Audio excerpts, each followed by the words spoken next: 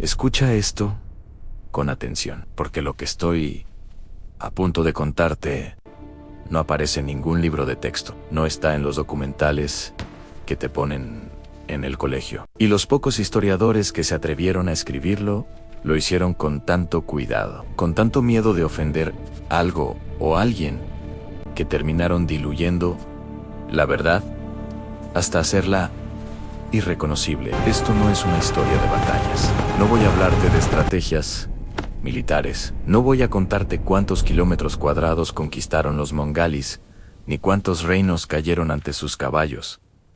Eso ya lo sabes, o al menos crees saberlo. Lo que voy a contarte es lo que pasó después. El momento exacto en que las puertas de la ciudad caían. Cuando el último soldado defensor era abatido. Cuando el polvo se asentaba y los gritos de batalla se convertían en otro tipo de grito completamente diferente. Ese momento, ese es el que nadie te cuenta. Voy a pintarte una imagen. Imagina que eres una mujer en el siglo XIII.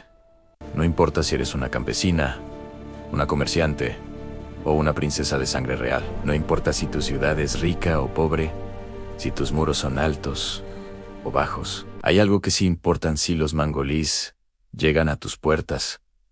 Tu vida tal como la conoces termina no con la muerte. No, eso hubiera sido, para muchas, una misericordia. Lo que les esperaba era algo diseñado, calculado, sistemático. Algo que los propios cronistas de la época, hombres acostumbrados a describir masacres sin inmutarse, describieron con un lenguaje que revelaba su propio horror. Ibn al-Othir, historiador árabe, que vivió durante las invasiones mongolas, escribió estas palabras, y te las cito textualmente, porque merecen ser dichas. Estas son calamidades tan grandes que no tienen precedente.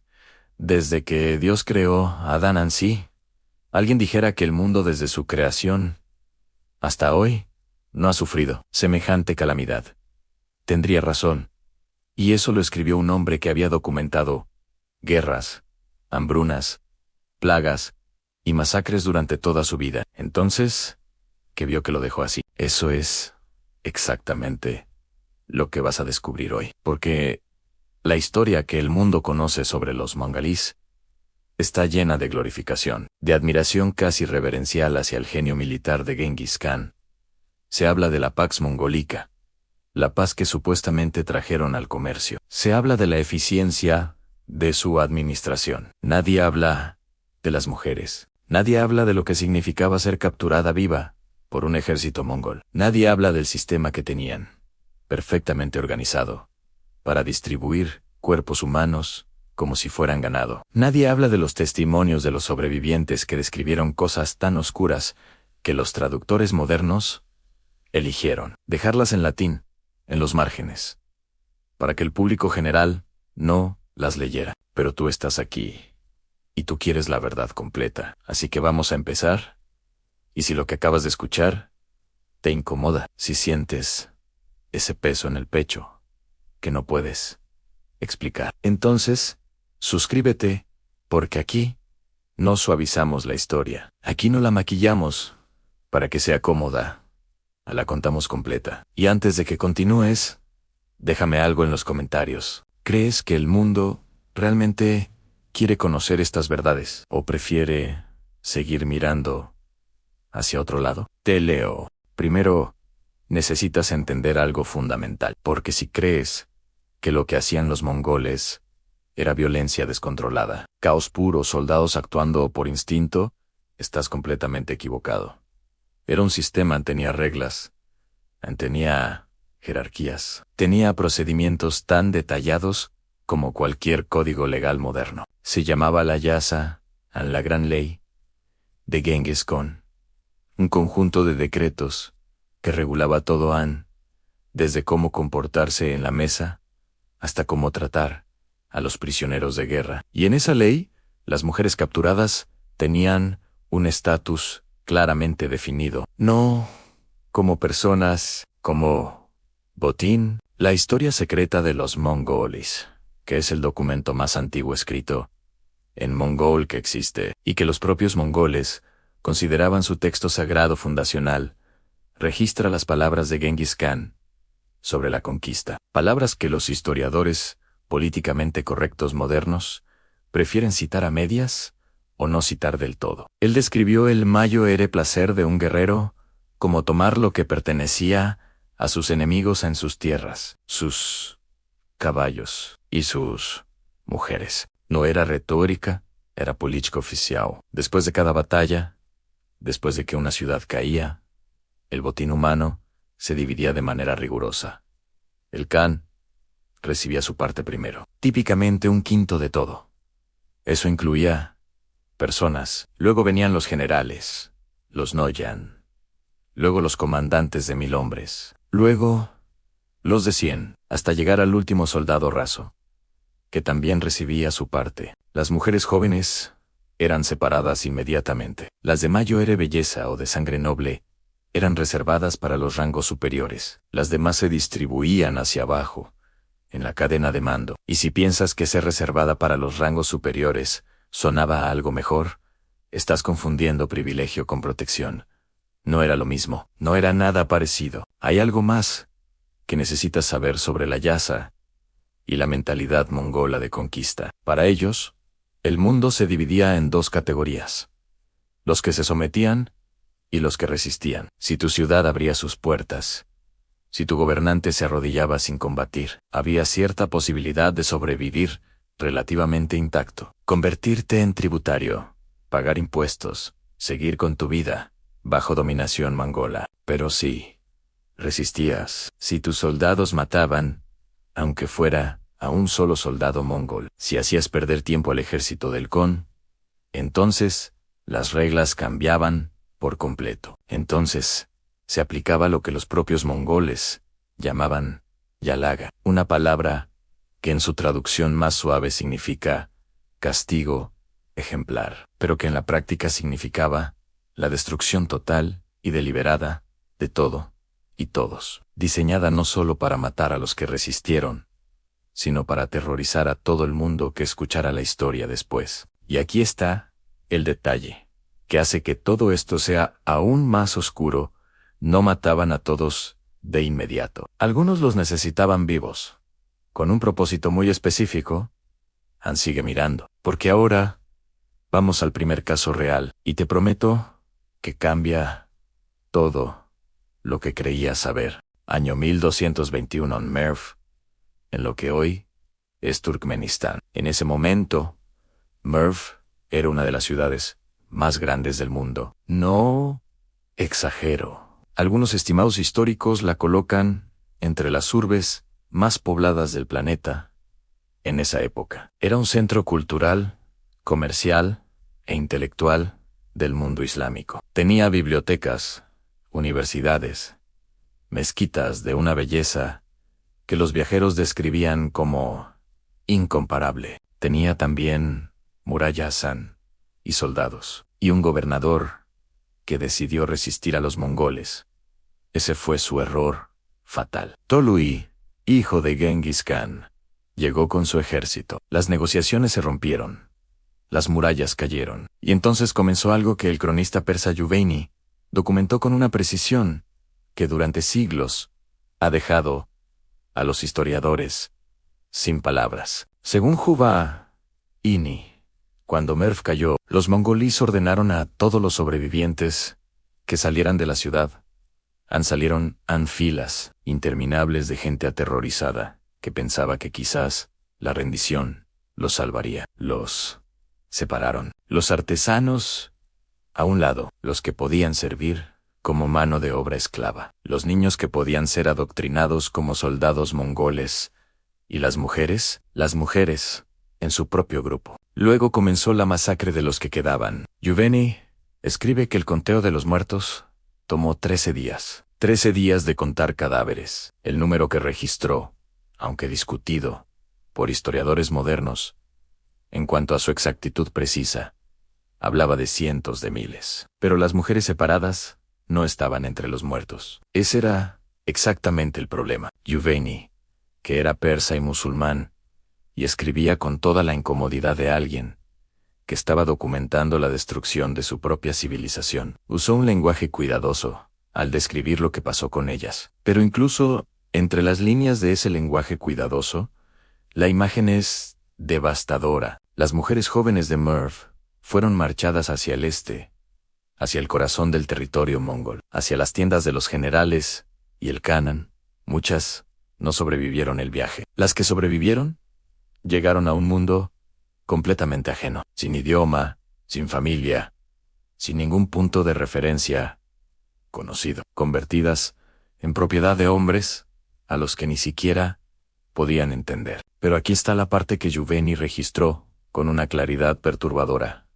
Algunas de esas mujeres eran de familias nobles, hijas de académicos y esposas, mercaderis, hikus, mujeres acostumbradas a una vida de educación y refinamiento, y esa misma distinción, esa misma evidencia de clase alta, era exactamente lo que las hacía más valiosas en el sistema de distribución mongol. Su educación, su delicadeza, la forma en que hablaban y se movían. Todo eso que las hacía quienes eran, era lo que las condenaba a un destino específico.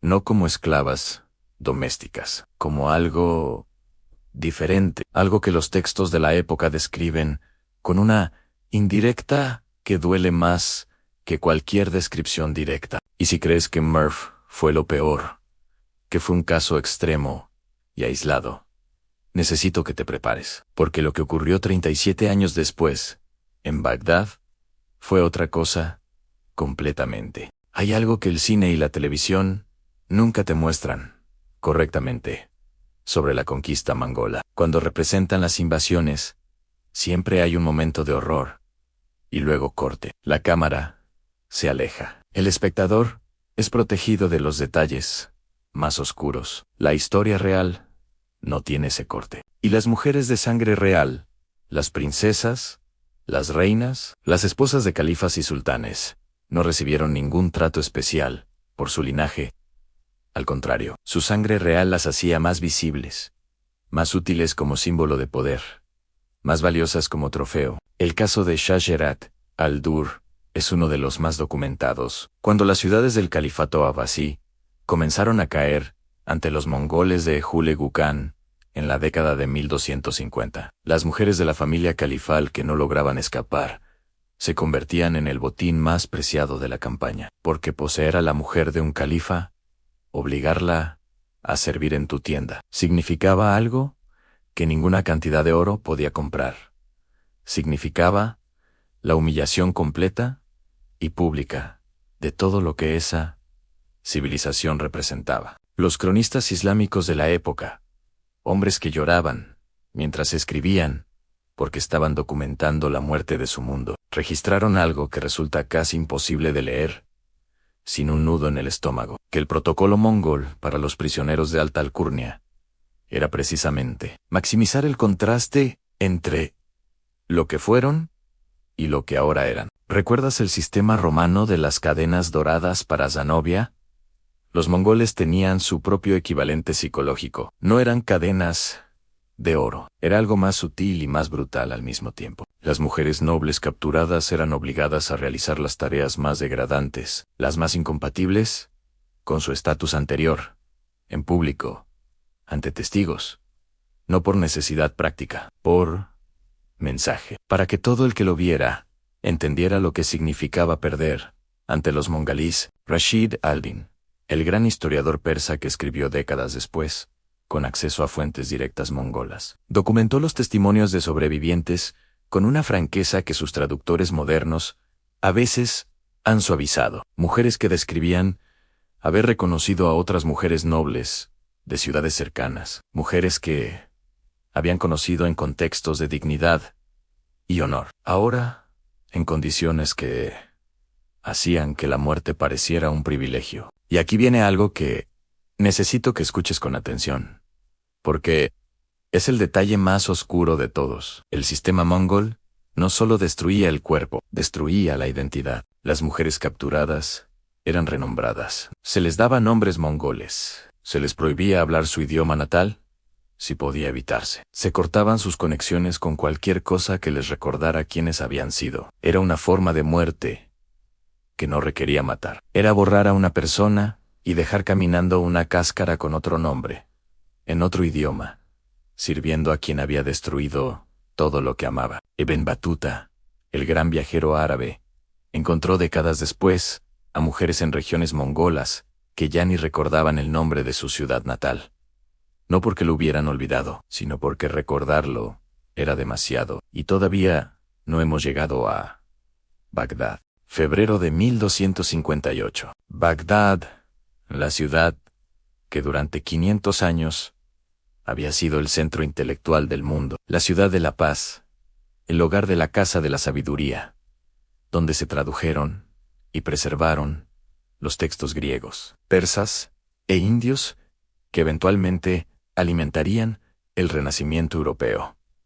La ciudad de las 1001 noches, la capital del califato abasí, el centro espiritual y político del mundo islámico. Hulagu Khan, nieto de Genghis Khan, llegó con un ejército al que las fuentes contemporáneas describen como imposiblemente grande. El califa al-Mustasim cometió el mismo error que los gobernadores de Merv y de docenas de otras ciudades. Pensó que Bagdad era diferente, que su grandeza la protegería, que el peso espiritual del califato haría que los mongoles reconsideraran. No reconsideraron. Las murallas cayeron el 10 de febrero. Lo que siguió durante los días posteriores es descrito por los cronistas contemporáneos como algo para lo que el idioma humano no tenía palabras suficientemente oscuras. Los mongoles no destruyeron Bagdad en un día. La destruyeron en semanas, deliberadamente, con método. Atamalik Yuveini,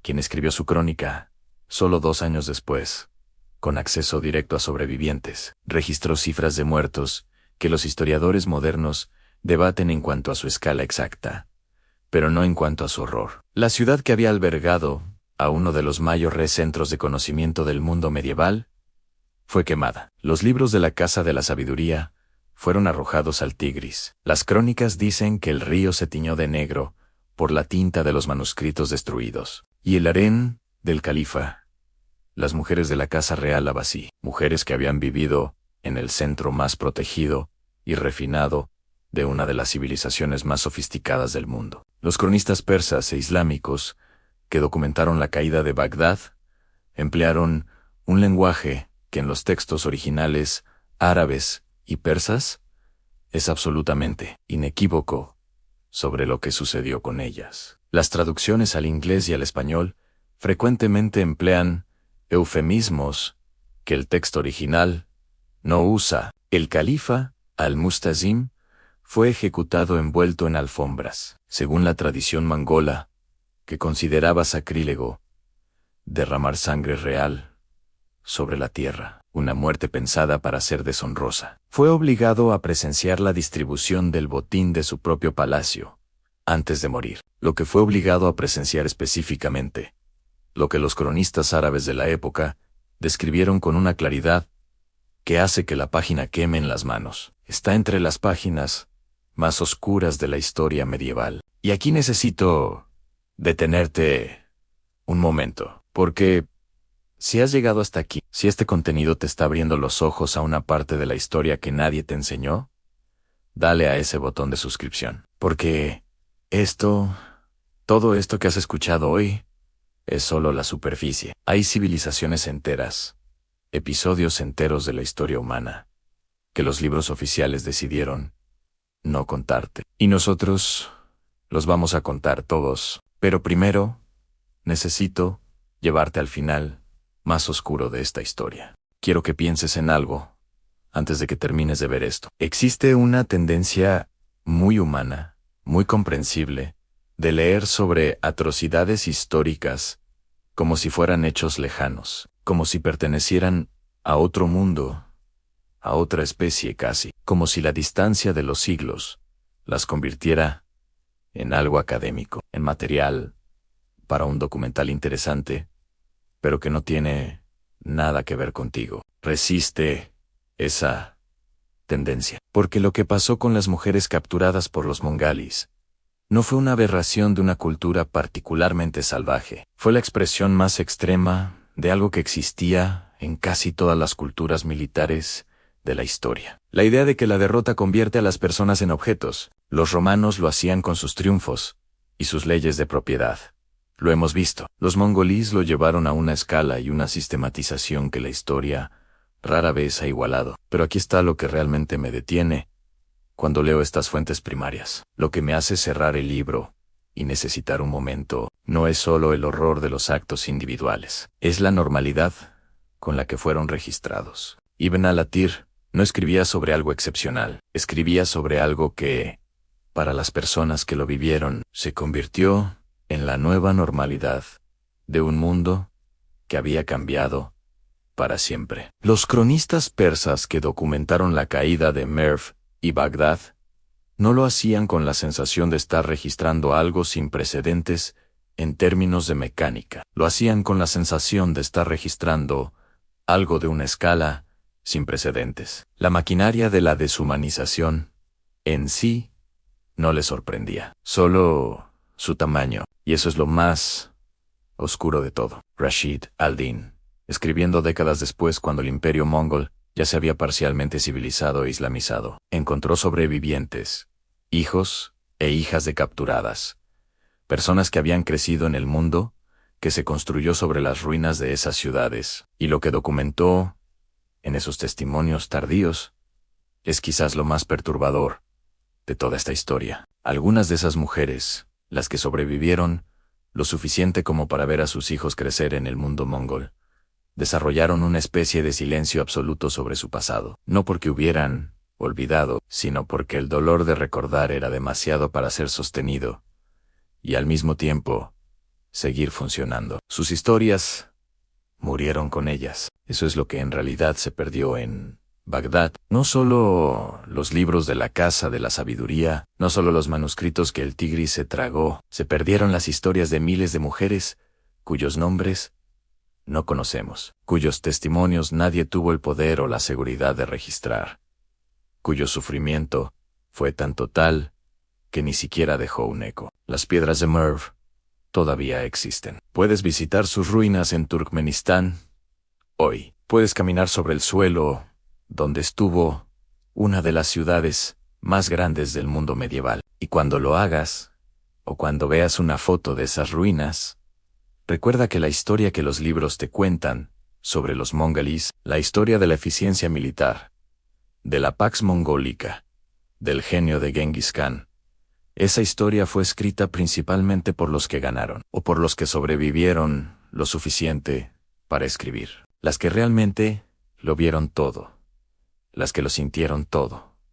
No dejaron libros, solo silencio. Y ese silencio grita más fuerte que cualquier crónica. Si este video te abrió los ojos, si sentiste ese peso que se siente cuando la historia real aterriza en tu pecho, compártelo. No por el algoritmo, sino porque estas mujeres merecen que su historia sea contada. Merecen que alguien las recuerde. Nos vemos en el próximo video. Y te prometo que va a ser igual de oscuro. Y antes de que te vayas, si el silencio de estas mujeres te pesa ahora mismo, si sientes que esta historia no debería perderse otra vez en la oscuridad, suscríbete a Exploradores de Historia, no para consumir contenido, sino para recordar. Aquí no contamos historias cómodas, contamos las que duelen, las que incomodan, las que el tiempo intentó enterrar. Y déjame algo en los comentarios. Una palabra, una reflexión, incluso un simple las recuerdo. Porque mientras alguien las nombre, mientras alguien escriba algo ahí abajo, ese silencio no gana. Nos vemos en el próximo video.